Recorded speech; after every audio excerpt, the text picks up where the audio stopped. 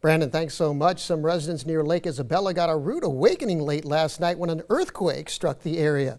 23 ABC's Brianna Willis joins us in the live center with the details on that quake and how you can be prepared for the next one. Brianna. Yeah, Mark, so this area near Lake Isabella, Bodfish, is where that 3.5 magnitude earthquake took place. Now you can see over here, just over 60 miles is Ridgecrest. That's where 3 years ago, a 7.1 magnitude earthquake also took place. Now the seismologist I spoke with says it's best to stay prepared because you never know when the next big quake will strike. Definitely could wake you up in the middle of the night. That was the reality for some of the community in Lake Isabella Tuesday night when a 3.5 earthquake with a depth of 1.6 miles struck at 11:15 at night. Seismologist with Caltech Gabriel Tepp says if this type of earthquake happened under your home, you might have trouble, but generally there won't be too much damage. Expected shaking from this earthquake was kind of like light. So that's, you'll hear things like shaking around and making a little noise, but it's probably not going to do a lot of damage. But Tepp adds that while this area in particular may not see a big quake, in California it can happen. California has a lot of faults, and there will be another big one somewhere at some point. That's why Janelle Maffei, Chief Mitigation Officer with the California Earthquake Authority, says it's best to stay prepared. Make sure you have a kit in your car, your house.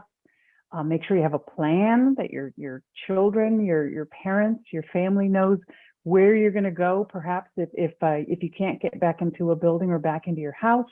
Maffei also says you should look at your heavy furniture or appliances in your home and make sure they don't have the potential to fall and hurt someone. But says the most important thing is education. We live in earthquake country, so the idea is to educate, inform yourself and your family about the risks, and then to try and take those steps, maybe a few baby steps at the beginning, take those steps towards resilience for you and your family. The California Academy of Sciences says some of the best ways to prepare include checking for hazards in your home, identifying safe places indoors and outdoors, educating yourself and family members, have disaster supplies on hand, develop an emergency communication plan, and help your community get ready. Now, Maffei and Tepp also say that a 1.1 aftershock also took place, but that is likely too small for residents to have felt. In studio, Brianna Willis, 23 ABC News, connecting you. Brianna, thank you very much. Now staying on topic with earthquake safety, 23 ABC is taking an in-depth look at safety tips to keep in mind during one of these earthquakes.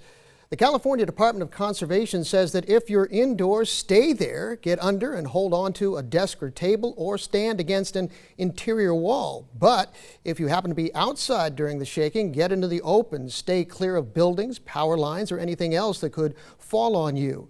Now, if you're driving, the department says move the car out of traffic and stop.